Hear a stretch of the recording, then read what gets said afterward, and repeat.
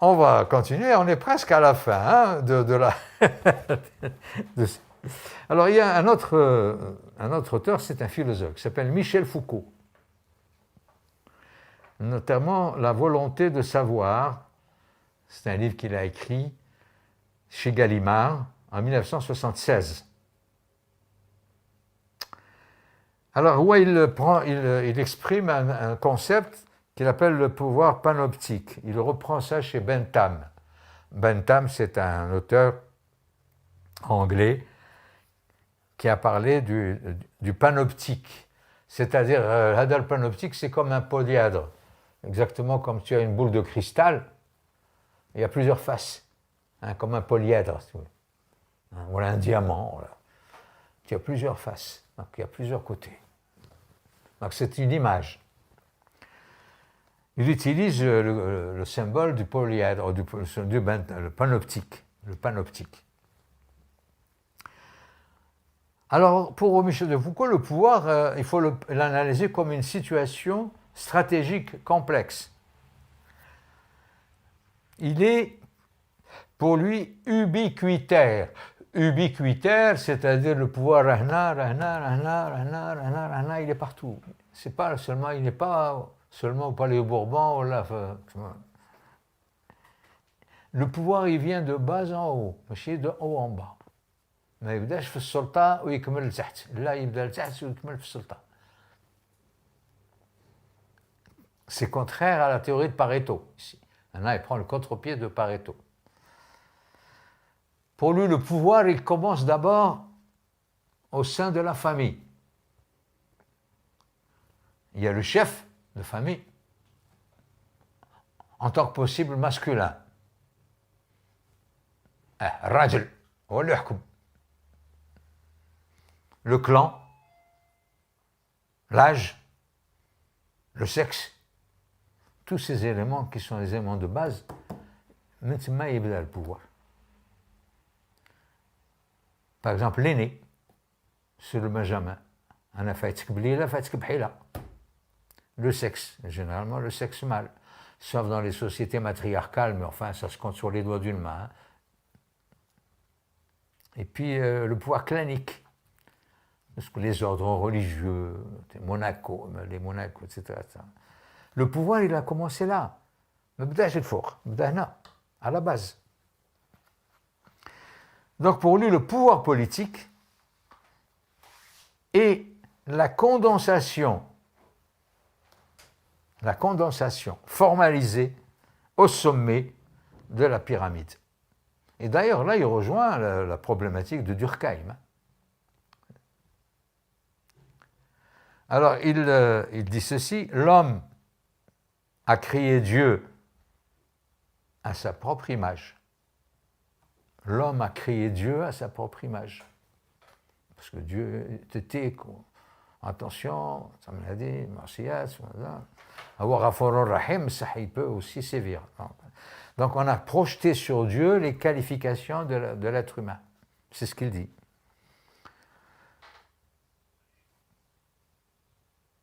Et l'homme a créé le pouvoir à sa propre image. Il reprend ici cette formule. L'homme a créé Dieu à sa propre image. Ce n'est pas Michel Foucault qui le dit.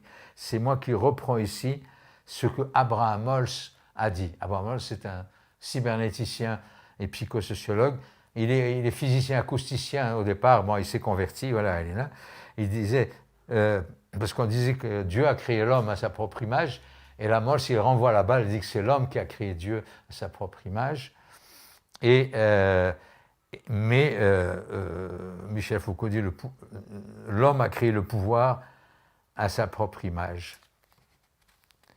Alors, il conclut en disant les relations de pouvoir ne sont pas en position d'extériorité à l'égard d'autres types de rapports, processus économique, rapport de connaissance, il y a un pouvoir.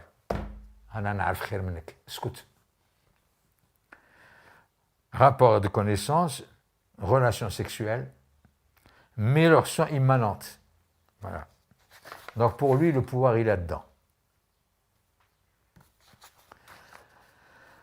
Alors, je vais passer rapidement sur quelques auteurs sur l'aspect psychanalytique du pouvoir.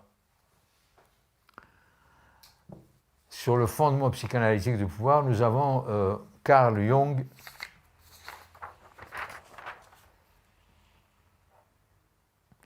Carl Gustav Jung, qui est né au 19e siècle, 20e siècle. Il est connu pour un certain nombre de travaux. C'est un Allemand, c'est un Suisse, hein, c'est un Suisse, c'est la Suisse allemande. Il a vécu à Zurich. Il a professé à l'université bon, peu importe, j'ai oublié le nom. Les types psychologiques, hein, c'est l'ouvrage qu'il a traduit. Ça a été, son ouvrage a été traduit et publié en 1921 à la librairie de l'Université de Genève avec une traduction de Yves Lelay. Bon, voilà Alina. Alors, Hada Jung, ça a été un peu le contemporain de Freud, Sigmund Freud, le psychanalyste autrichien. Ils ne se s'entendaient pas entre eux. Alors, la problématique fondamentale de Jung, c'est ce qu'il appelle l'inconscient collectif. L'inconscient collectif. L'inconscient collectif. Et donc, c'est un inconscient qui s'empare de toute une collectivité et qui a une mémoire collective. Freud a beaucoup parlé de ce phénomène à propos du peuple juif. La mémoire du peuple juif. Et la notion de faute que le peuple juif, il s'attribue la faute vis-à-vis de Moïse, etc., etc. Mais enfin, peu importe. Donc il y a les cadres sociaux de la mémoire. La mémoire n'est pas un phénomène individuel, c'est un phénomène qui est partagé par un collectif. Bon. Ça pose un problème de temporalité. Comment est-ce que moi je peux prendre conscience d'une faute que je n'ai pas commise moi personnellement, alors qu'elle a été commise il y a 2000 ans? Comment associer la temporalité longue avec la temporalité de l'individu? Problème de phénotype et génotype. Mais là, bon, je ne veux pas rentrer dans ce détail. Ça ne nous intéresse pas ici. C'est la notion d'inconscient collectif et la notion de archétype. Jung a créé ce concept de archétype ou archétype, ça s'écrit archétype, qui est différent de stéréotype. Le stéréotype, c'est un modèle comme ça qui est proposé dans le temps présent. L'archétype, c'est quelque chose qui est ancien et qui réapparaît sous d'autres formes. Et d'ailleurs, c'est de cela qu'on parle. Par exemple, le fait que certaines formes sacrées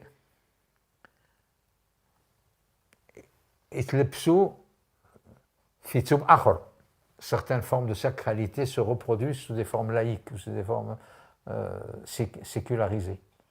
C'est ça l'archétype. Alors, il y a un autre auteur qui est plus jeune. Il est né en 1934 et il est mort accidentellement en 1976, donc il est mort jeune. Il a écrit un livre, un seul, c'est un livre qui a été amplement commenté, c'est La société contre l'État. Il a écrit des choses sur la société sans État. المجتمعات اللي عايشين بدون سلطة بدون سلطة يعني مشكلة comme dans les sociétés primitives, etc. Parce qu'elle a travaillé beaucoup chez les Amérindiens. Mais là, c'est la société contre l'État. Contre l'État. Sans État, mais contre l'État.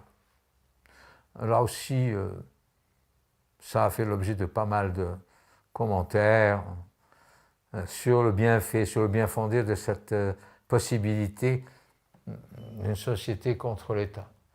Société sans État, société contre État. C'est compliqué parce que même dans notre propre société algérienne, au cours de mes pérégrinations sur le terrain, je me suis rendu compte qu'il y avait une ambiguïté. Et il y a Ta'a et en même temps le Bod. Jacques Berck, qui était mon patron de thèse, c'est lui qui a dirigé ma première thèse, pas ma thèse d'État, mais ma première thèse sur le Qadiyat Shia, le problème de l'indivision, dans le régime foncier algérien. Et je l'ai fréquenté pendant une trentaine d'années. En 70, en mai 70, et il voulait visiter Tiaourzout, village Tiaourzout. هذا Tiaourzout بين فرندا وتيرت عبيتو تسمى اللي وين عاش ابن خلدون مدة 6 شهور أخيرا كتب المقدمة نتاعو في Tiaourzout. كان هارب من بني سويد. Parce que Ibn Khaldun, c'est un homme qui était poursuivi par certaines tribus. Ce n'était pas seulement un écrivain, hein. C'était un homme politique. Et il y avait le مقدم تاع سيدي خالد. هذا سيدي خالد مقام هكا الشيباني برك يهضر العربية تكلم معه. قال له هذا الأرض هذه تاع مولين فيلاج. قال هنا نمشيو. هادو ماهوش تاع الحكومة، هادو تاع العرب. ماهوش تاع الحكومة، هادو تاع العرب. Il s'est retourné vers moi et me dit Marouf, avec cette remarque, on peut écrire un livre. Il y a la Hukuma et les Arabes. Bon, les Arabes, ça veut dire quoi, les Arabes? Ça veut dire la société civile. ماشي عربي ولا قبائلي ولا. Non, عربي, c'est-à-dire شعبي. هنا الشعب وهنا الحكومة. Et ça m'a amené à réfléchir sur la manière dont le peuple de manière générale, comment il se représente l'État. Très souvent, dans mes investigations, j'ai l'impression que chez nous, citoyens à la base, pour eux, l'État il est représenté par des martiens. Leur façon de parler, leur façon de s'habiller, puis la manière dont ils disent, dont ils font de la phraséologie,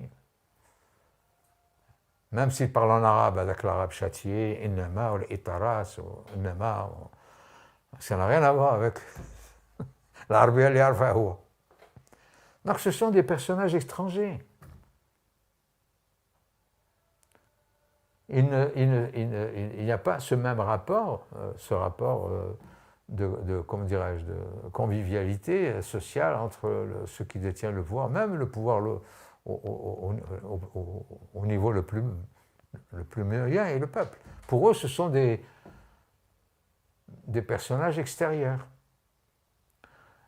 Et ce n'est pas la faute du pouvoir, c'est aussi une situation réelle, c'est que c'est une société qui a toujours fonctionné dans un rapport conflictuel avec tout ce qui représente l'autorité. D'abord l'autorité coloniale.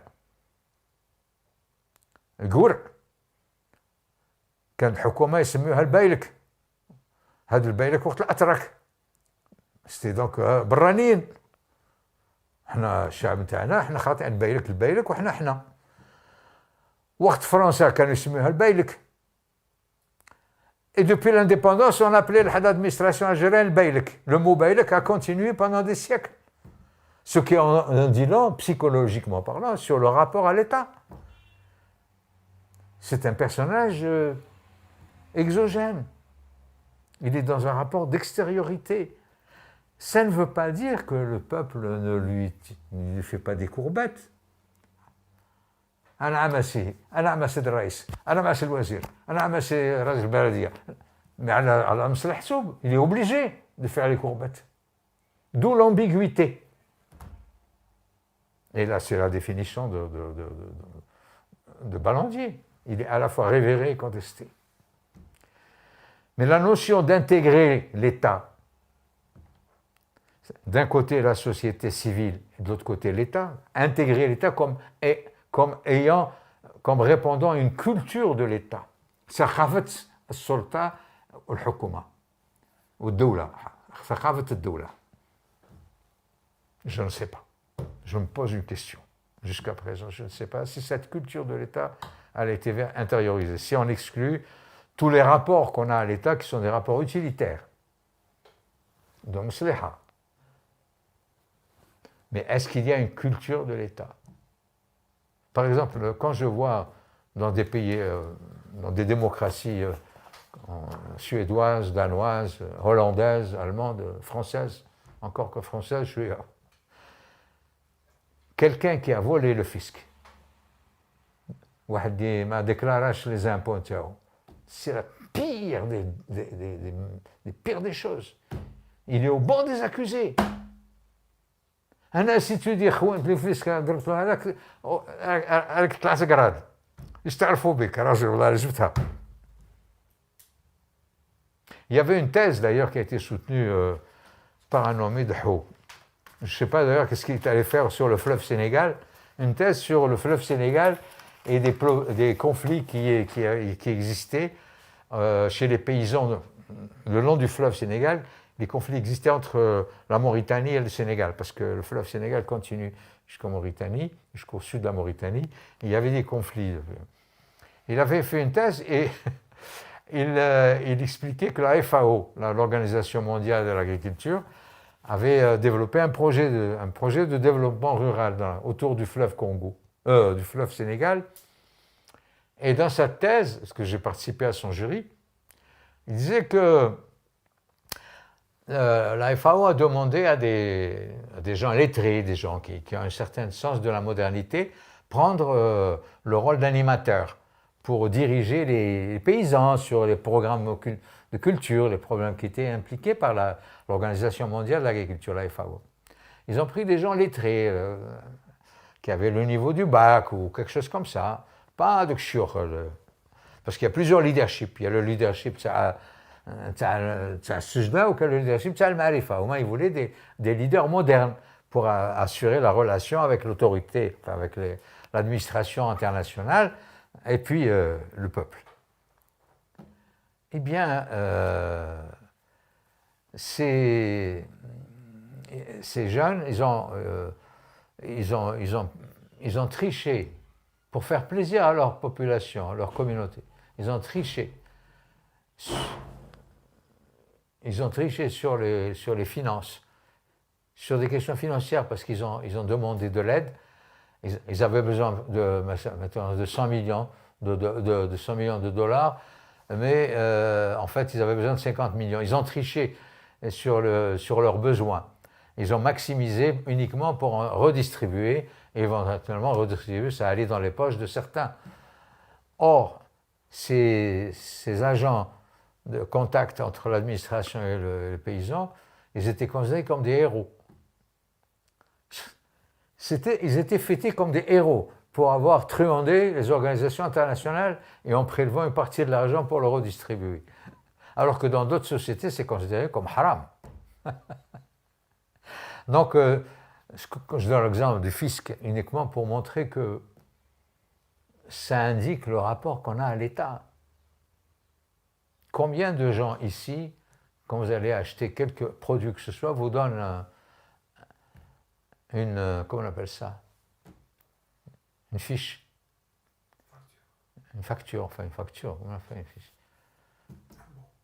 Moi, dans toute ma résidence en Algérie, depuis que je suis revenu de l'étranger, ça m'est arrivé 2 ou 3 fois. Chez des gens qui m'ont donné une facture dans laquelle il y a le prix de vente, il y a la part d'impôt qui est prélevée, etc. Mais il m'est arrivé d'acheter chez des quincailliers des pièces à hauteur de 2-3 millions de 3 millions de centimes. Et je lui demande la facture, je lui dis, ما نعطيكش. ولا ما تعطينيش فاتورة. ما نعطيكش. اعطيني le bon de livraison. قلت له ولكن هذا الشيء هذا ماشي حق. قال لي روح شوف البوليسي، روح شوف بوتفليقه، روح شوف بوتفليقه، روح. Ils s'en foutaient royalement. رد لي سرعتي ما نمدلكش. J'ai vu ça et j'étais absolument. Moi, je suis peut-être naïf, mais quand je suis arrivé, je comprends comment ce pays va fonctionner. Quand tu penses qu'en Espagne ou en France, tu achètes une baguette de pain, tu as la facture. Pour 40 centimes, tu as la facture. Et si tu achètes pour des millions, tu n'as pas la facture. Et j'ai l'impression que il n'y a aucun problème. Et ça, ce sont des indices qui nous donnent un indicateur sur le rapport à l'État. Qui est l'État? C'est un étranger. C'est un étranger. Je n'ai pas la culture de l'État. L'État n'est pas mien. Ce n'est pas moi qui me considère comme étant fondé à lui déléguer mes pouvoirs. Et ça, c'est un problème culturel. Bon, c'est un problème idéologique, bien sûr, mais c'est un problème culturel. Est-ce qu'on est arrivé à ce stade? Quand arriverons-nous à ce stade où la culture de l'État advient dans un pays comme le nôtre? Nous aurons l'occasion de revenir sur ce sujet difficile. Alors, je termine par deux ou trois petites choses. De toute façon, on a pris beaucoup de temps. Il y a un autre auteur, c'est Pierre Legendre, qui a parlé de l'amour du censeur. L'amour du censeur, essai sur l'ordre dogmatique. Son livre a été publié dans les éditions du Champ freudien, qui est apparu au Seuil en 1974. Alors, chez Pierre Legendre, il a développé le concept de l'État parent. L'État parent. L'État, c'est un peu le papa. C'est pas seulement l'État, mais c'est le papa, enfin, dans le contexte français. Tout simplement parce que l'État va s'octroyer un certain nombre de missions qui avant étaient dévolues à l'Église. Avant, quand dans un village, s'il y avait un conflit entre le mari et sa femme, dans les villages français, je vous parle au XIXe siècle jusqu'au début du XXe, c'est le curé de village, c'est lui qui a arbitré, parce que les gens étaient croyants, étaient catholiques, etc. Et au fur et à mesure, il y a recul des instances religieuses et avancée de l'État. C'est l'État qui devient l'État parent. Par exemple, si vous agressez votre fils, parce qu'il est mineur, le principal protecteur de votre fils, c'est l'État. Ce n'est pas vous. Donc vous n'avez pas un pouvoir exclusif sur votre femme, sur vos enfants, etc.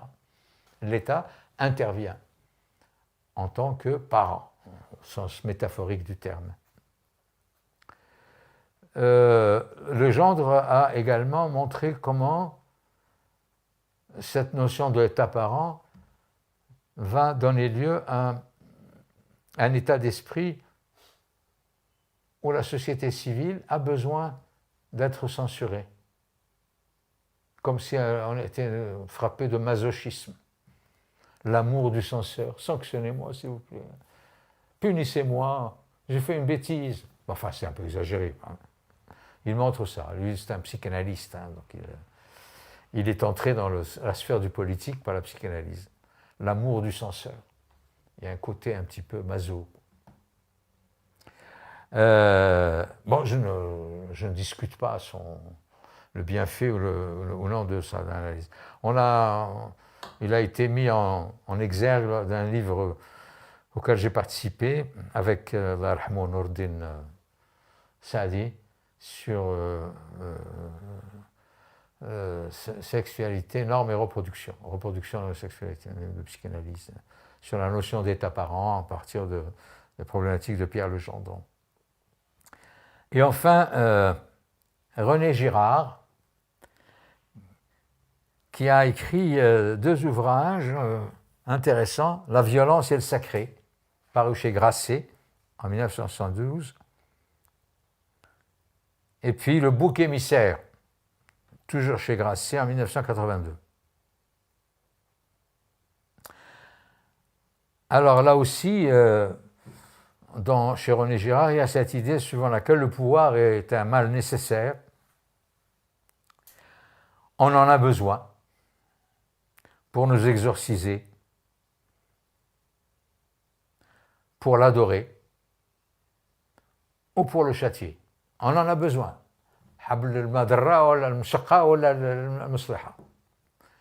Il est incontournable. Alors, il développe une autre intéressante sur la notion de bouc émissaire, c'est que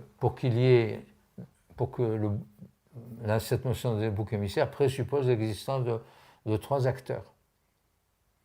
Si je me bagarre avec toi aujourd'hui, je peux ne jamais faire la paix avec toi, sauf si un jour, toi et moi, nous découvrons un troisième adversaire. نطيحوا عليه هذاك الوقت نتصالحوا ما نتصالحوا غير على ظهره sinon ما نتصالحوش. Alors évidemment c'est simpliste, Parce que René Girard, il est parti du mythe de Sidna Ibrahim Khalil qui devait sacrifier son fils. Bon, pour les musulmans, c'est Sidna Ismaïl, et pour les juifs, c'est Ishaq. Je ne pense pas qu'un jour, les juifs et les musulmans vont s'entendre sur qui devait être sacrifié, mais peu importe. Mais cette notion de bouc émissaire est une notion qui est très intéressante en sciences politiques. Parce que dans cette affaire, il faut toujours transposer au niveau du, pas seulement au niveau du concept, mais au niveau de, comment dirais-je, de la métaphorisation du concept. On fonctionne ici en anthropologue et non pas en historien. Je donne un exemple. Quelqu'un comme Bill Clinton, qui était plus intéressé par ses conquêtes avec les filles qui lui ont tourné autour qu'en politique internationale. En matière politique internationale, ce n'était pas un va-t-en-guerre, contrairement à ceux qui l'ont précédé et à ceux qui l'ont suivi. La famille Bush, par exemple. Ce n'est pas un interventionniste. Lui, il n'était pas du tout, il n'était pas impliqué dans la guerre du Vietnam, c'était avant lui. Puis après lui, c'était la guerre d'Irak. Mais il a eu de sérieux problèmes avec cette fille qui l'a accusé de l'avoir. Je ne sais pas si elle a besoin d'argent. Il était très embêté. Un jour, sans tambour ni trompette, il est allé attaquer l'Irak. Il est allé bombarder l'Irak, alors qu'on ne savait pas pourquoi. Parce que la première guerre du Golfe, elle a déjà eu lieu. Il n'y avait aucune raison. C'était uniquement pour attirer l'attention sur un problème de relations extérieures, de politique extérieure. Pour oublier le dossier de... Qui est-ce qui était bouc émissaire dans cette affaire? Qui c'est le bouc émissaire? C'est le peuple irakien qui a reçu les bombes pendant 24 heures. Donc cette notion de bouc émissaire, c'est une notion qui peut être transposée au niveau de la science politique moderne. Bon, ben, je pense qu'on a fait un peu, on a balisé le terrain de toutes les théories, doctrines, psychanalytiques, politiques, historiques, philosophiques, etc., qui nous permettent de démarrer dans une mise en forme de tout ça pour nous rapprocher de la question qui nous intéresse sur le fonctionnement, le rapport entre anthropologie, développement et politique. Eh bien, nous allons avancer maintenant pour nous rapprocher de plus du terrain, parce que toutes ces considérations théoriques, c'est pour montrer que le phénomène du pouvoir, rapport entre pouvoir-développement, entre développement politique et économie, toutes ces choses-là, j'aurais pu commencer à traiter de l'Algérie et du Maghreb, mais ce qui se passe en Algérie et au Maghreb ne relève pas d'une réalité exclusive à ces pays. Il y a d'abord ce qui se passe au niveau de la planète, au niveau du monde, les grandes idées qui ont été développées dans le monde, ce qui nous permet d'être beaucoup plus sereins lorsque nous allons appliquer un certain nombre de ces théories dans le cas du Maghreb. C'est ça qui fait l'intérêt de la recherche. Ne pas isoler le Maghreb du reste du monde, montrer que ce qui se passe chez nous procède de certaines formes de problèmes de type universel. Alors, je poursuis maintenant sur l'école allemande parce que c'est elle qui va être qui va nous guider nos pas de la manière la plus déterminante pour arriver au stade de rentrer dans le terrain lui-même. Alors, quand on parle d'école allemande, c'est essentiellement le courant phénoménologique, avec Husserl, le philosophe Husserl, la philosophie phénoménologique avec Husserl, qui a occupé le terrain, avec comme principe sous-jacent celui du formalisme, qu'on appelle le formalisme au sens de forme, Gestalt, au sens de forme, quelque chose qui est immanent comme ça. Alors, nous retrouverons Simmel, par exemple, qui ont eu des fortunes diverses sur le sujet. Simmel, qui a écrit un livre Sociologie et épistémologie. Un des supporters de Simmel, ça a été Julien Freund, qui est un philosophe français, qui a enseigné à Strasbourg. Il est en même temps, comment dirais-je, un fervent fidèle au formalisme allemand, mais aussi un Maurice de Merleau-Ponty, mais qui est un phénoménologue aussi, hein, qui a écrit un livre connu sur la phénoménologie de la perception. Alors, plus proche de nous, Maffezoli, Michel Maffezoli, qui est un sociologue français d'origine italienne, mais enfin il est né en France, que j'avais eu l'occasion d'ailleurs d'inviter quand j'étais enseignant à l'Université d'Oran. Il a écrit un livre remarquable qui s'appelle La connaissance ordinaire. Il s'inscrit un peu dans cette tradition formaliste. Et puis enfin, Suzy Guth, qui a été ma camarade de classe à Strasbourg, qui a écrit un livre qui s'appelle La formalisation du social. Alors, bon, pour dire seulement 2 mots sur cette question de formalisation, il y a eu un recul de tout ce qui relève des analyses formalistes dans la mesure où elles donnent l'importance au problème morphologique, morphologie sociale. Parler de morphologie sociale, c'est, dans une certaine mesure, se prêter au risque de déterminisme. Hein, c'est un petit peu ce qu'a essayé de faire Michelet, l'historien Michelet de la France, pour parler de la théorie des climats. Donc il y a des déterminismes sociaux et qui vont en quelque sorte structurer des mentalités. Hein. On est presque à la limite d'une vision raciste des choses. Hein. Donc il y a des gens qui sont comme ceci, des gens qui sont comme cela. Hein. La morphologie, c'est ça, c'est le morphos. Alors que les structures sociales sont plus proches de la syntaxe que de la morphologie. Alors on a eu un peu la trouille parce que cette conception morphologique, elle a été très importante. Elle a été par exemple utilisée par un anthropogéographe qui s'appelle Ratzel, Frédéric Ratzel, et qui a développé la théorie de l'environnement. Il disait que une frontière, elle est rétractile ou extensible. Une frontière peut s'élargir ou se rétrécir en fonction de la force vitale, en fonction des forces antagonistes qui vont intervenir, etc. Alors imaginez 2 tribus dans un monde primitif, c'est la tribu qui va avoir la asabiya la plus forte, au sens du Khaldoun, ou celle qui va avoir la démographie la plus importante, qui va évidemment, par la force des choses, d'un point de vue mécanique, élargir sa frontière, non seulement parce qu'elle est la plus forte, mais aussi parce qu'elle a les besoins les plus élevés, si elle est démographiquement plus importante, il est évident qu'elle a besoin d'un espace plus grand pour pouvoir subsister. Donc on est ici dans une espèce de prédation naturelle, un peu comme chez les animaux. Bon, cette conception chez Frédéric Ratzel, qui est une conception qu'on a critiquée parce qu'on a dit qu'elle pouvait avoir quelques accointances qui ont inspiré le nazisme, enfin le Troisième Reich, hein, parce que le Troisième Reich, il était fondé sur la volonté de puissance, empruntée à Nietzsche, mais Nietzsche n'y est absolument pour rien. Hein. Enfin bref, c'est un problème. C'est une période où les grands déterminismes sociaux étaient à la mode, début du XXe, disons, au tout début du XXe siècle, avec les théories du cerveau, Le Gall, Broca, les localisations, etc. Beaucoup de déterminisme social étaient à la mode, n'est-ce pas? Et on a pensé que c'était peut-être aussi cela qui a provoqué comment dirais-je,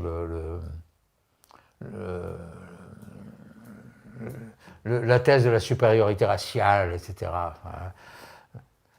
Avec le comte de Gobineau. Alors on a laissé ça de côté parce que la Deuxième Guerre mondiale, il y a eu 60 millions de morts, il ne faut pas l'oublier, c'est énorme. C'est la plus grande catastrophe non naturelle qui a eu lieu au cours des siècles, pas seulement le XXe. Et puis là, on revient à petits pas. sur des problèmes de formalisation sans tomber dans le piège des déterminismes dont je viens de parler. Alors c'est comme ça qu'il faudrait prendre la position de Simmel, Freund, Maffezoli et Süssig. La sociologie compréhensive, qui est un des fleurons de la sociologie allemande, a connu deux auteurs. L'un s'appelle Virkand. Alors,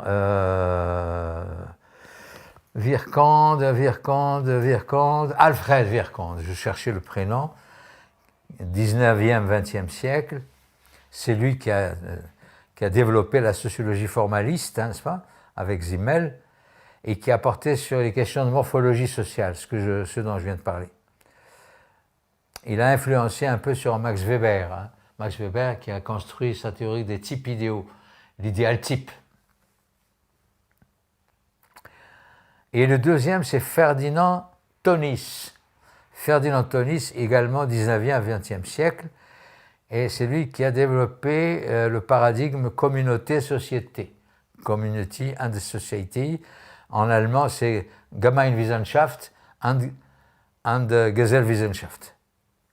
Gemeinwissenschaft, c'est communauté, communautaire, et Gesellwissenschaft, c'est le sociétaire.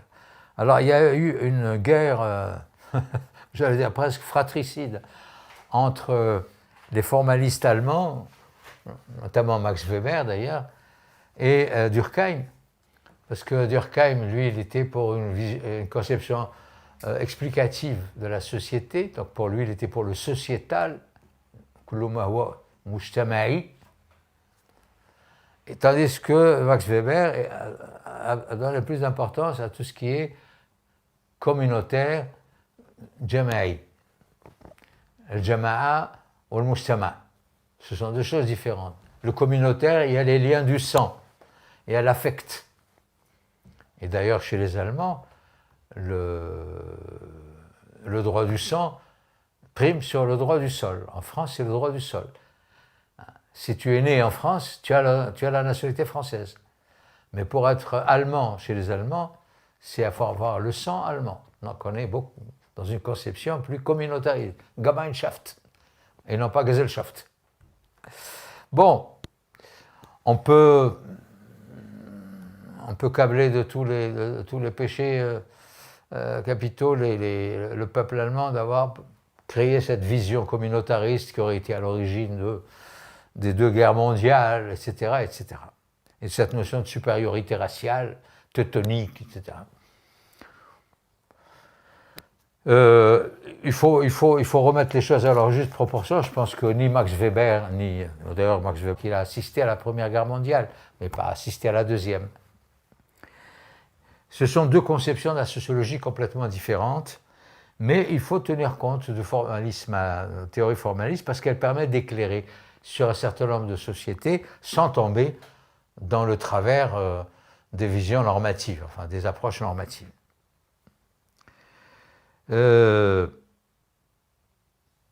Max Weber, dans Sociologie du droit, dans Le savant et le politique, et dans Économie et société, trois ouvrages fondamentaux, il reprend à son compte le formalisme de ses prédécesseurs,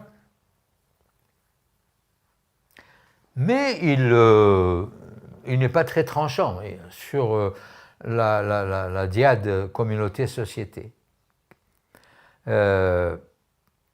Parce qu'il trouve qu'il y a toujours du sociétaire dans les communautés et du communautaire dans les sociétés. Et c'est vrai. C'est vrai. C'est vrai parce que on dit que la société française est une société qui est fondée sur le sociétaire, sur le contrat. Je suis français par contrat, et non pas parce que je suis d'origine gauloise. Mais est-ce que dans la réalité, c'est comme ça que ça se passe ? La chasse aux faciès qui s'est passée depuis des dizaines d'années contre les Africains, les gens qui ont la pommade, etc., etc., au niveau des faits, au niveau de la réalité concrète, il y a du communautarisme en France. Et d'ailleurs, cet aspect sociétaire de la France est quelque chose qui a existé pratiquement au début, à la première moitié du XXe siècle. Mais la France, cette France contractualiste, elle a commencé un peu à se fatiguer. Hein. On commençait à rêver à l'image d'un père charismatique avec une barbe, un papa. On avait besoin d'un père, et non pas d'un État abstrait, d'un État laïque à la Hegel. Quand il y a eu la Deuxième Guerre mondiale, regardez le rôle qu'a joué le général de Gaulle, le sauveur de la France. C'était le papa. C'était pas un chef d'État, c'était pas un homme de guerre, c'était pas un personnage politique comme tous les autres. C'est le père qui va venir nous délivrer contre les Allemands qui sont en train de nous occuper dans Paris et ailleurs en France. Ce rapport de leadership et de charismatique, il était comme une sorte de demande, de nouvelle demande, après avoir rejeté ces formes de pouvoir, on les a ajoutées comment dirais-je, aux orties au cours du XIXe siècle, au nom de la pensée rationnelle, au nom de l'état hegelien, mais on en est revenu. Hein. Il y a toujours un cycle, toujours un retour au communautaire. Hein. Et c'est un phénomène des temps. Par conséquent, il n'y a pas lieu d'être ou l'un ou l'autre. Il y a du communautaire et du sociétaire qui s'articulent dans des conditions précises au cours du contexte historique, avec une pesanteur plus grande du communautaire ou une pesanteur plus grande du sociétaire. Et cela, évidemment, le cas de la France peut nous instruire là-dessus de manière tout à fait éclairante. Alors, nous allons à partir de là aborder la problématique de la subordination de l'économique au politique dans les formations sociales dominées contemporaines, c'est-à-dire nous, on restera au Maghreb. Alors, à la lueur de Weber, à la lueur des thèses de Weber, de Max Weber, qui va rester la référence ici. Il y a deux thèses chez Weber qui sont intéressantes et que nous allons utiliser. C'est la thèse sur la propriété par rapport à la possession. Weber avait affirmé que la propriété est à la modernité ce que la possession est à l'archaïsme. Je l'avais déjà évoqué quand j'ai traité du dossier anthropologie juridique. Bon, évidemment, moi, je ne suis pas favorable à cette approche weberienne de la propriété, même si la propriété a apporté plus de sécurité et moins d'injustice, parce que la possession veut dire qu'on est dans le régime de la précarité. Être possesseur, c'est être usufruitier, ça veut dire qu'à n'importe quel moment, on peut vous dégager. Regardez en Algérie, l'État, le législateur algérien, qu'on les considère comme des terres qui n'appartiennent à personne. C'est-à-dire qu'il arrive que des terres H fassent l'objet d'une réforme, et c'est l'État qui en devient le propriétaire. Je me souviens d'une enquête que j'avais menée dans la région de Magoura, en 1973, et je discutais avec les paysans. La seule ressource qu'ils avaient à l'époque, c'est de couper l'alpha et de l'amener à l'antenne, la Comelfa, qui a été créée par la France et qui a été ensuite reprise par le ministère de l'Agriculture. Les gens là-bas considèrent l'alpha comme un produit de arbi, parce que personne ne cultive l'alpha. Donc pour eux, c'est un bien qui appartient à Dieu. Donc eux, il faut chez l'alpha, ils allaient le donner à la Comelfa déjà avant du temps de la France. كانوا يوزنوا في الباسكول اللي عنده 4 أولاد كان يجيب 3 قناطر ولا 4 واللي عنده هو اللي يجيب قنطار. Les gens ils fauchaient en fonction de leur capacité productive. Et ça a toujours fonctionné comme ça. Puis à un moment donné, il y a eu une réforme au sein du ministère de l'Agriculture. C'était au cours des années 70. Les cueilleurs d'alpha sont devenus des ouvriers saisonniers. تجيب قليل ولا بزاف الخرصة تجي fixe à la journée. Ce qui fait que les gens disent, voilà, je vais mettre mes enfants à travailler avec moi. Doucement le matin, pas trop vite le soir. Mais ils n'ont pas compris en quoi l'État se donne le droit unilatéral de s'octroyer le statut de propriétaire de الحلفة اللي كانت تاع سيدي ربي صبحت الملكية تاع الدولة. Mais lui, il ne peut pas comprendre ça. Lui, il n'a pas fait l'agrégation de philosophie à la Sorbonne.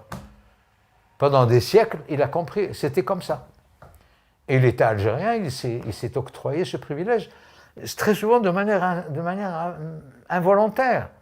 C'est un manque de tact, parce que nos législateurs, on connaît un peu leur formation juridique. Et très souvent, les gens ils disent, ce que la France n'a fait pas, l'État algérien est en train de le faire. Et c'est la même chose pour l'État Arch. La notion de Arch, c'est une notion qui fonctionne sur l'istiglal et non pas sur le Melkia. La notion de Melkia est une notion récente. Et elle concernait ce qui était autour des villes. Elle s'est concrétisée avec la deuxième période de pouvoir turc. Au moment, ils avaient créé une Melkia parce que ça les arrangeait. Mais voilà, donc le problème de la possession, il a ses vertus, mais il a aussi ses faiblesses, parce que la possession, c'est que si vous êtes possesseur, à n'importe quel moment, l'État a le privilège de s'approprier ce que vous possédez.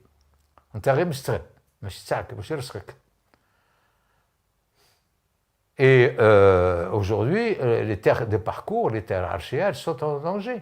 S'il y a un investisseur qui a les moyens, il va demander, il trouve le shrik le problème se pose. Et si jamais il vient à disparaître, c'est celui qui est c'est lui qui va devenir l'endroit principal. Il y a un phénomène de privatisation du Arch qui est en train de se faire, ce que la France n'a pas osé faire. Et il y a une lutte contre la colonisation française à cause de ça. Il y a eu le Senatus Consulte de Napoléon III, qui a essayé de relativiser les dégâts. Et aujourd'hui, on est revenu à la case départ. Tout ça pour vous dire que le problème de la propriété et de la possession, c'est un problème très, très grave et très complexe. On ne peut pas mettre ça entre les mains de n'importe qui. Alors, Max Weber, il dit que la possession, c'est l'archaïsme et la propriété, c'est la modernité, sauf qu'il n'a pas assisté aux effets pervers de la propriété, de la loi du marché. Quand on pense, par exemple, que la puissance américaine, grâce à la notion de patrimoine commun, enfin, grâce à la notion de propriété, elle peut s'approprier les fonds des océans, des rifts, c'est-à-dire les fonds des océans, par exemple l'océan Atlantique, où ils peuvent extraire les nodules polynucléaires. C'est l'énergie nucléaire de demain. Parce qu'eux, ils ont les moyens technologiques. Or, l'océan Atlantique, il n'appartient ni à l'Amérique ni à l'Afrique. Il appartient aux deux. C'est une zone internationale. Mais الملكية تمشي للصحيح. اللي عنده les moyens d'exploiter, parce que les Africains, de l'autre côté, et là, dans le droit international, on a réinventé la notion de res communis. حاجة الجماعة ولا الاستغلال، النظرة الاستغلالية ولا النظرة الملكية التملكية. On a réinventé la notion d'usage, de possession. C'est une possession communautaire, de l'humanité. Donc il faut une négociation pour ça. Sinon, le principe de propriété va donner le droit au plus fort. Donc elle était archaïque du temps de Max Weber, elle ne l'est plus aujourd'hui parce que la notion de propriété, elle a eu des effets très négatifs depuis les 20 ou 30 ou 40 ou 50 ou 60 dernières années, ou disons le dernier siècle. Weber, il est mort au début du XXe, il n'a pas évidemment connu les déboires de la loi du marché. propriété et possession. Nous aurons l'occasion d'utiliser ces concepts autour du terrain général. Et puis le deuxième aspect qu'il a traité, c'est l'état patrimonial. L'état patrimonial, c'est-à-dire l'état qui occupe le pouvoir, non pas en fonction d'un principe contractuel légal de type électoral, de représentation électorale, mais parce qu'il a la qualité, il a certaines qualités reconnues par le peuple d'être le meilleur. Donc ceux qui sont au pouvoir, c'est qu'ils ont une qualité, qui ne passe pas par le vote, elle passe par l'i'tiraf, l'adi. C'est comme le pouvoir royal, etc., etc. Alors nous allons voir tout ça. Ce concept de patrimonialisme il nous vient évidemment des analyses weberiennes de Max Weber et qui vont donc connaître une actualité importante au cours de ces 30 dernières années, peut-être même à partir disons de la fin des années 60, depuis les indépendances, en gros. Alors, il y a d'abord l'école anglo-saxonne qui examine les formations latino-américaines, asiatiques, africaines.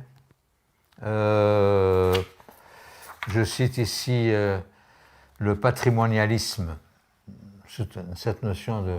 Alors, le patrimonialisme, je discutais une fois avec les étudiants arabisants pour leur demander de me dire comment on peut la traduire en arabe. Ils m'ont dit l'abawiya. Et moi, je ne suis pas arabisant, je trouve que ce n'est pas une bonne traduction. Parce que l'abawiya, c'est le paternalisme, ce n'est pas le patrimonialisme. Et je serais amené à dire al-athariya ou bien al-atharawiya, il a ça tabir. يعني التراثية et non pas l'abawiyya. Ou Toratawiyya, peu importe la manière de la tournure. Parce qu'on dit l'iqtisadawiyya, l'économisme. Mais je préfère m'arrêter là parce que en quoi je suis incompétent. Malheureusement, je ne possède pas la langue arabe, mais la langue arabe, pour les arabisants, elle a besoin d'un grand problème de terminologie pour qu'on puisse être au diapason avec ce qui se passe ailleurs dans le monde, au point de vue des analyses. Alors, cette question de patrimonialisme, vous avez donc Eisenstadt qui a travaillé sur l'État autocratique,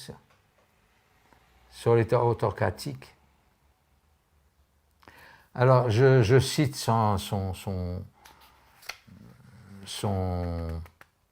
livre Post-Traditional Societies, les sociétés post-traditionnelles, qui a été publié dans The American Academy of Art and Science, l'Académie américaine des arts et des sciences, New York, 1972. Alors, il parle des post-traditional societies, c'est des sociétés post-traditionnelles, celles qui sont actuelles, et il utilise, lui, le concept de société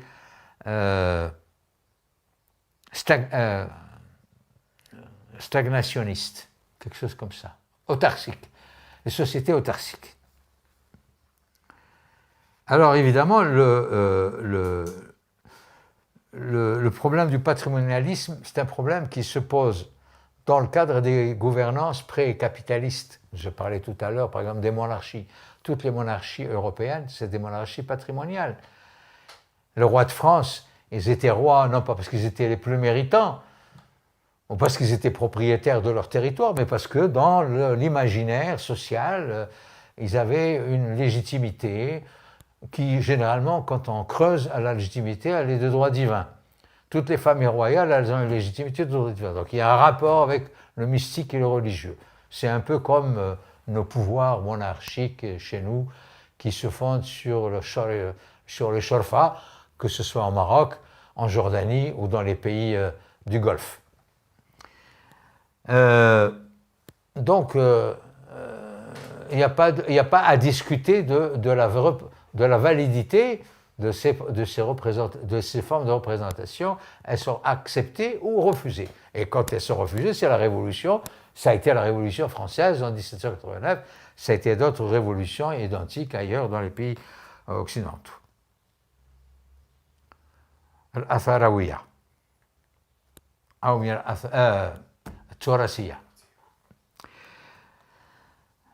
Alors, le patrimonialisme fonctionne à l'explicite, c'est-à-dire que je n'ai pas besoin de me cacher.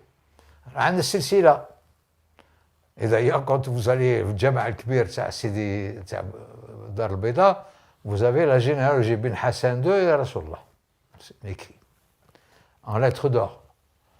Et اللي ما تعرفوش ها هي السلسلة. نهار اللي مشيت حسبت 23. J'ai multiplié par 30, le compte n'y est pas. Bling bling. On n'a même pas la preuve de la généalogie réelle, parce que bon, la mémoire, on a beau dire qu'il y a une mémoire, mais les copistes et les scribes, ils n'ont pas toujours fonctionné. Donc, très souvent, ce sont des silsilettes, elles sont plus utilisées comme des moyens des moyens performatifs, comme disent les linguistes, c'est-à-dire plus pour la poudre aux yeux, pour vous donner l'impression que ça, c'est un document d'Allah.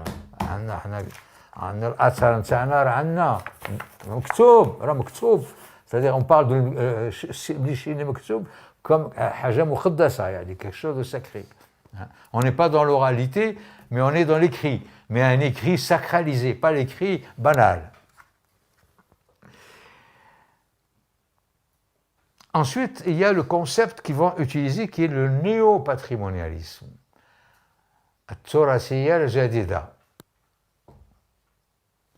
Alors, le néo-patrimonialisme, c'est lorsque une société aspire à son indépendance et qu'elle va mobiliser des mots d'ordre patrimoniaux comme moyen de lutte pour acquérir son indépendance. Par exemple, pendant le mouvement national algérien, Salih Hadj, à un moment donné, il était très proche du Parti communiste. Quand il a fondé l'Étoile nord-africaine, parce que bon, il faut dire que le Parti communiste était proche. Bon, ils n'étaient pas tous d'accord avec l'indépendance, mais ils étaient proches. Il y avait un terrain d'entente. Mais il a compris que il était pas sur la trace, sur la trajectoire qu'il devait obtenir, parce que être membre du Parti communiste pour l'Étoile nord-africaine, c'était une sacrée fourberie, parce que le peuple algérien il n'était pas là-dedans. Même s'il y a des classes ouvrières, des gens qui travaillaient à Neft Tlemcen, la MTO, la SIPA, qui étaient syndiqués à la CGT, ça se comptait sur les doigts d'une main. Mais les gens n'étaient pas prêts à entrevoir l'indépendance d'Algérie sous l'angle d'une lutte sociale de type syndicalo-socialiste, je ne dis même pas communiste. Donc elle devait se faire sur des valeurs autres, sur des valeurs refuges, sur la notion de la famille, la tradition, le din, l'umma al-muslima, l'umma al-arabiya. On a joué sur toutes les ummas qu'on a voulu, soit sur la umma arabiya ou la umma muslima. Parce que l'umma arabiya, il y a des ummas arabiya qui sont chrétiens, il y a des Irakiens chrétiens, il y a des Égyptiens chrétiens, mais ils sont arabes. Ils sont chrétiens mais arabes. Je regrette. C'est comme les Palestiniens, il y a des Palestiniens chrétiens, mais ils sont arabes. Ils sont palestiniens, ils ne sont pas juifs, ils ne sont pas chrétiens d'Europe, ils sont palestiniens, mais chrétiens. Comme il y a des Palestiniens musulmans. Donc très souvent, on joue un peu sur les étiquettes, mais on a fonctionné sur cet amalgame plutôt que sur une identification au Parti communiste, l'invitation qui a été faite à M. Haj à l'époque par les Maurice Torres et les compagnies. Et on a réinventé un mouvement national qui est fondé sur des valeurs refuges, sur le Taurat, réveiller les valeurs des ancêtres, revenir sur certaines formes de tradition, l'umma et tout ça, toutes ces notions-là, il faudrait les revitaliser pour donner sens au mouvement national contre la colonisation. Et puis aussi jouer sur le fait que le colonisateur, il est étranger, étranger culturel, étranger sur le plan religieux. Donc toutes ces catégories idéologiques, elles étaient pour alimenter une espèce de corpus qui permet de lutter, de préparer en quelque sorte la lutte pour l'indépendance du pays. Ça, on appelle le néopatrimonialisme. Utiliser les valeurs refuges, même si on n'y croit pas au fond de soi-même, mais parce qu'on considère qu'elles sont nécessaires par rapport au peuple qui est le nôtre pour aller de l'avant. Voilà. Et c'est ce qu'on appelle le néopatrimonialisme. C'est l'utilisation des valeurs refuges à des fins stratégiques. Mais elles peuvent ne pas disparaître après les indépendances. Elles peuvent rester, parce qu'elles vont servir au pouvoir. Alors nous avons justement ici 3 stades. Trois stades. Vous avez le stade patrimonial, c'est la phase précoloniale ou la phase précapitaliste. Vous avez la transition populiste, ce que j'appelle la transition populiste, c'est la phase coloniale, là où il y a les idéologies de résistance, la réinvention des valeurs refuges, l'idée de religion, réhabilitation de la religion musulmane, le communautarisme, le concept de négritude en Afrique noire. Chez Nkrumah, par exemple, il y a tout un slogan sur la négritude, le fait qu'on soit noir. C'est un mot d'ordre très valorisant et de résistance, résistentialiste, justement faisant écho aux nègres qui ont été exportés en Amérique, qui sont devenus esclaves, etc. Revendiquer sa négritude. Il y a eu toute une épopée de la négritude. Frantz Fanon en était un des héritiers. Donc les mythes fondateurs. Voilà, ça c'est la période de transition. Comment faire pour faire adhérer le peuple à un mouvement national. Et puis après l'indépendance, c'est ce qu'on appelle le stade néo-patrimonial. C'est la phase postcoloniale, c'est-à-dire le passage de la culture à la ruse. يعني هادو القيم الجماعية والقيم الثقافية التقليدية إلى آخره كانوا يدخلوا في إطار الثقافة. يعني أشياء ثقافية، c'était la culture تاعنا.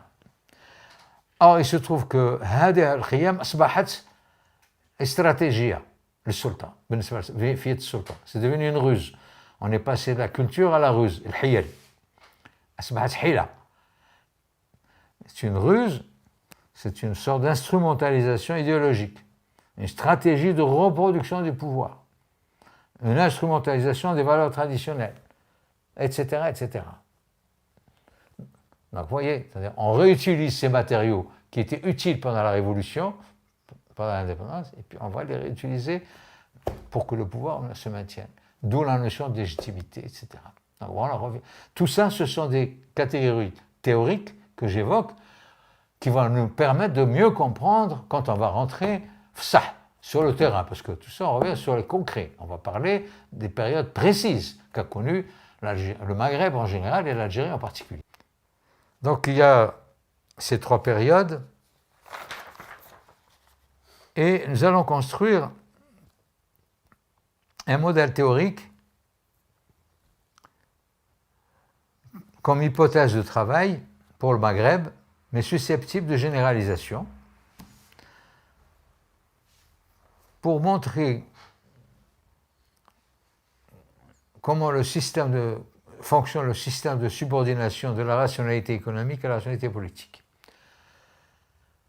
Généralement, je l'avais dit tout à l'heure, tout à fait au début, ça a été la thèse de Weber, c'est la rationalité économique qui domine la rationalité politique.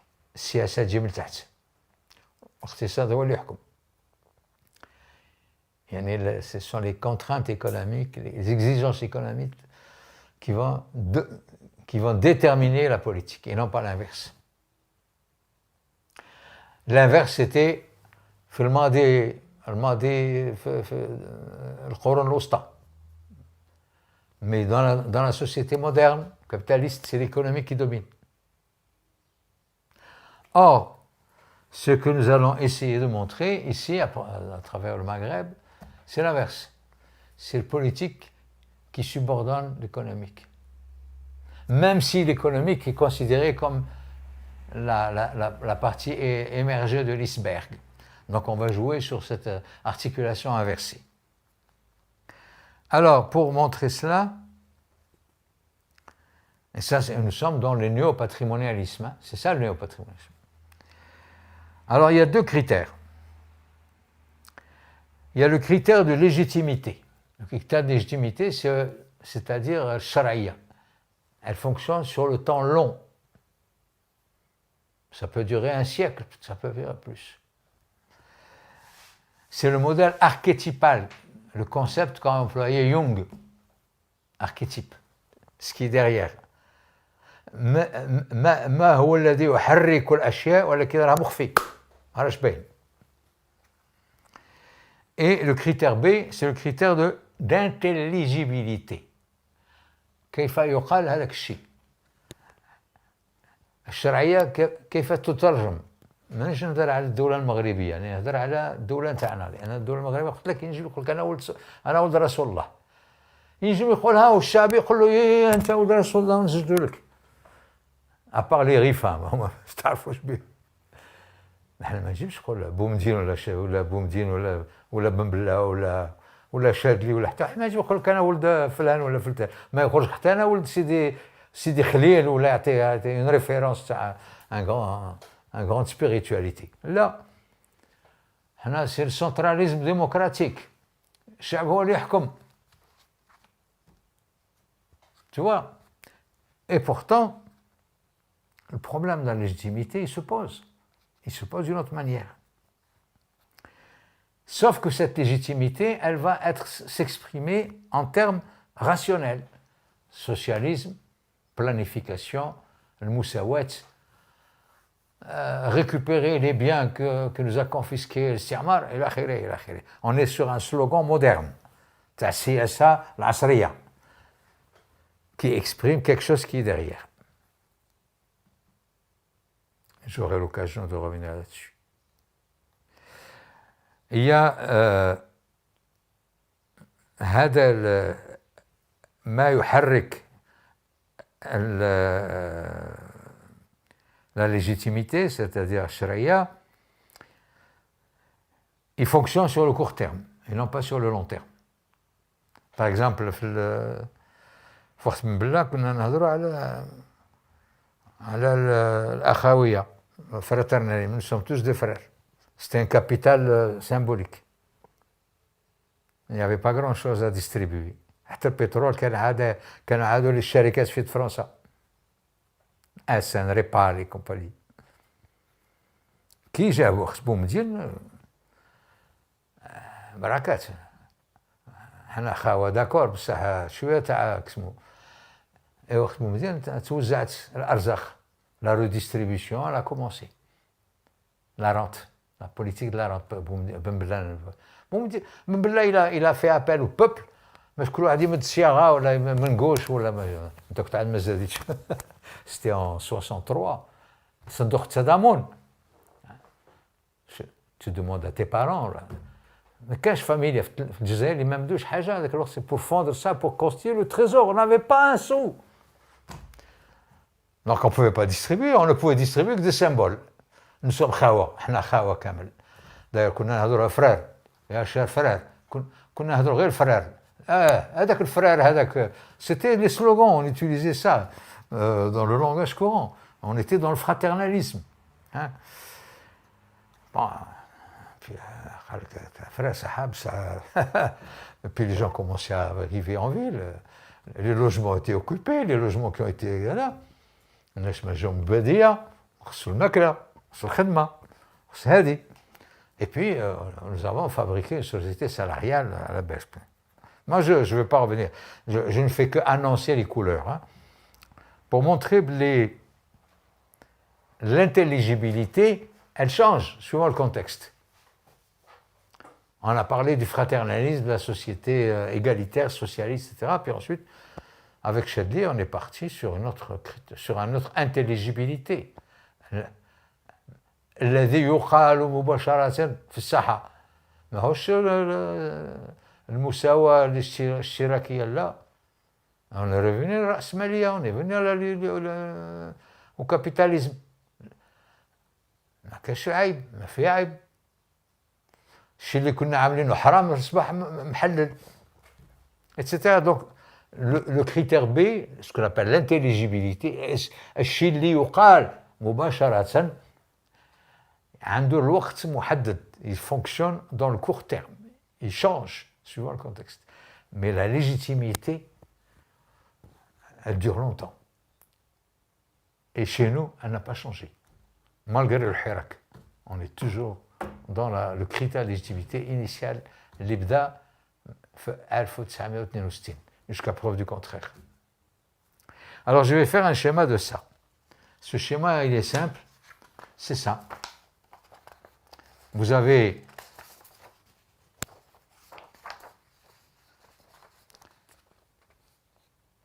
le critère A, c'est la légitimité A, et avec A, elle va devenir A1,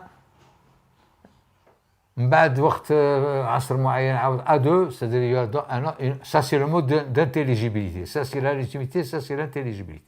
A1, A2, A3, وتتغير لحتى on finit le stock, il n'y a plus rien. Parce que c'est fini. On peut plus inventer autre chose. Et une fois qu'on a tout inventé, il va falloir, c'est là où le critère A va changer. Il y a risque pour qu'il y ait un changement du critère A, de la légitimité.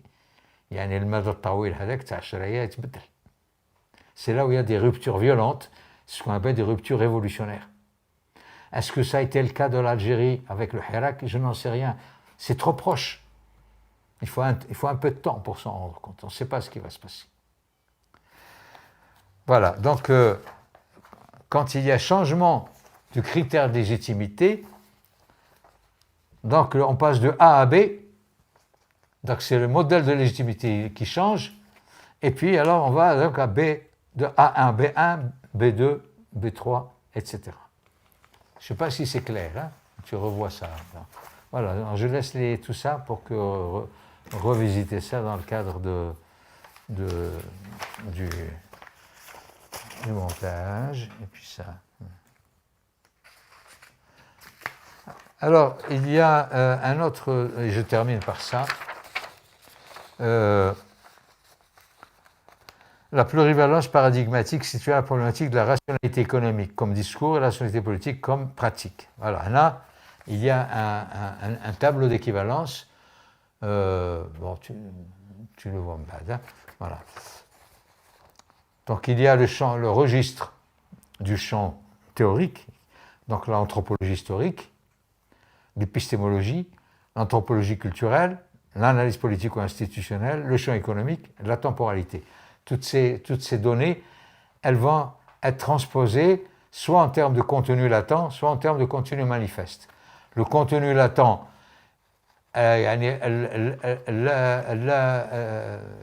chez les Metsus,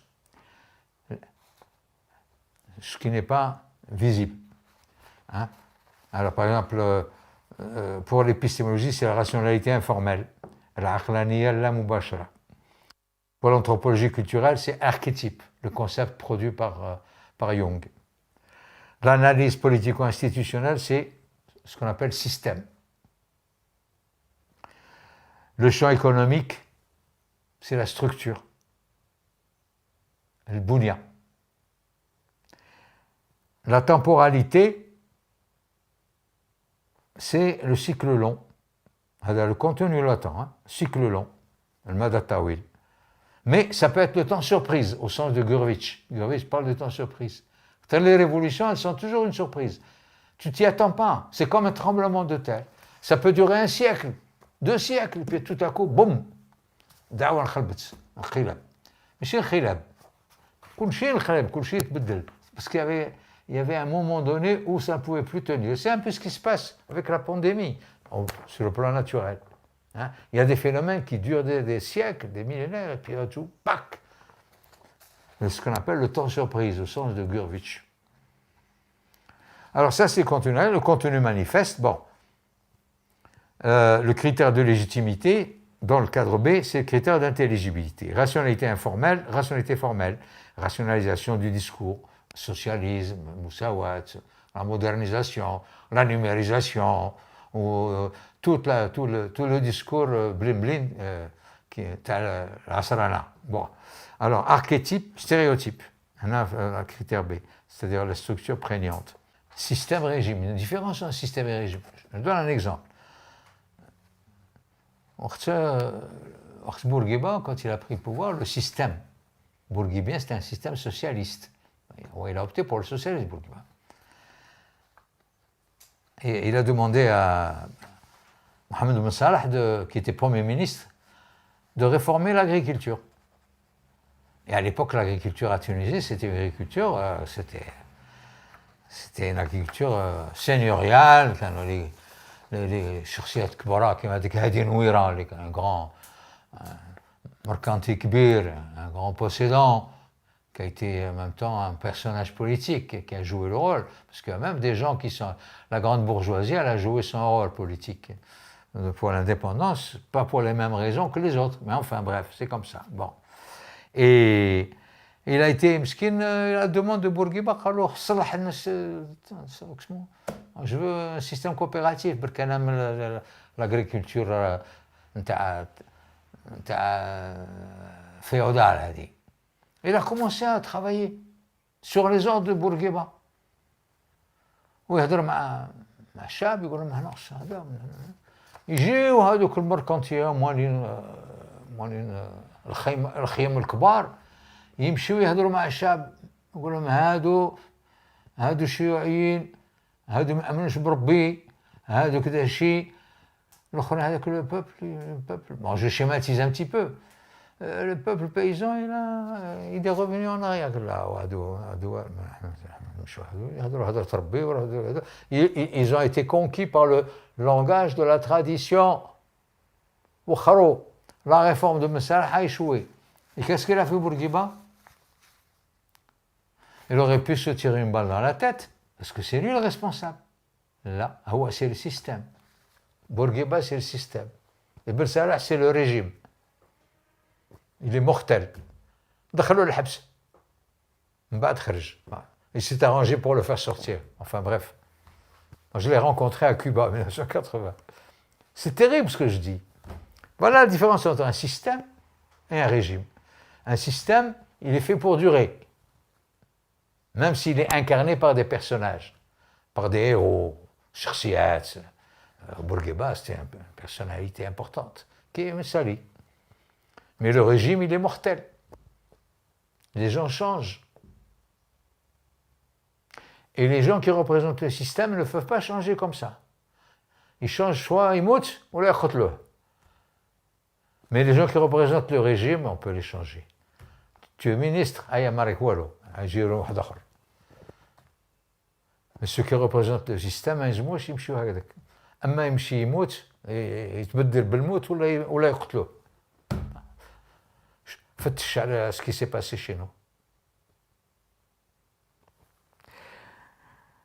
Alors, en ce qui concerne donc la structure, pour ce qui est du contenu latent, correspond à la conjoncture en ce qui concerne le contenu manifeste, et enfin pour la temporalité, la légitimité, c'est le cycle long, et le temps surprise, ce que je t'ai dit tout à l'heure, et puis on passe, en ce qui concerne le contenu, au cycle court, le changement. Le changement. هذا ما جاتناش بدلوا الgouvernement, غدا نعاودوا نبدلوا الgouvernement هذا اخر عاود. Voilà, bon, alors on a déblayé le terrain. Alors à la prochaine séance, nous rentrons directement dans la deuxième partie.